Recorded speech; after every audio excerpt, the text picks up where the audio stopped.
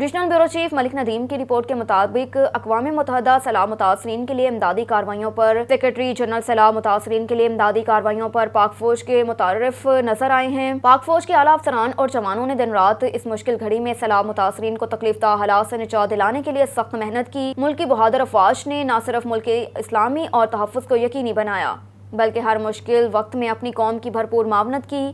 ماضی میں زلزلے اور بارشوں، حالیہ دنوں میں سیلاب کی صورتحال میں پاک فوج کی امدادی سرگرمیاں فاقد المثال ہیں، جس کے لیے پاک فوج کے موجودہ قیادت اور جوان خراج تحسین کے مستحق ہیں۔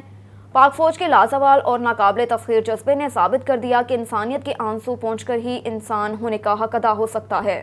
پاک فوج کے جوانوں نے ثابت کر دیا، قوم کو کبھی بھی کسی بھی مشکل گھڑی میں ہم کسی صورت تنہا نہیں چھوڑیں گے۔ سرکاری نجی فلاحی اقدامات کرنے والے تمام اداروں نے پاک فوج کے شانہ بشانہ کھڑے ہو کر سیلاب متاثرین کی مدد کر کے ملک دوستی کا ثبوت دیا۔ سیلاب زدگان کے حوالے سے تقریب سے خطاب کرتے ہوئے کہا کہ پاکستان میں پاک فوج اور متعلقہ ادارے سیلاب متاثرین کی امداد کے لیے سرگرم ہیں۔ موسمیاتی تبدیلیوں کے حوالے سے پاکستان کے اقدامات قابل تحسین ہیں۔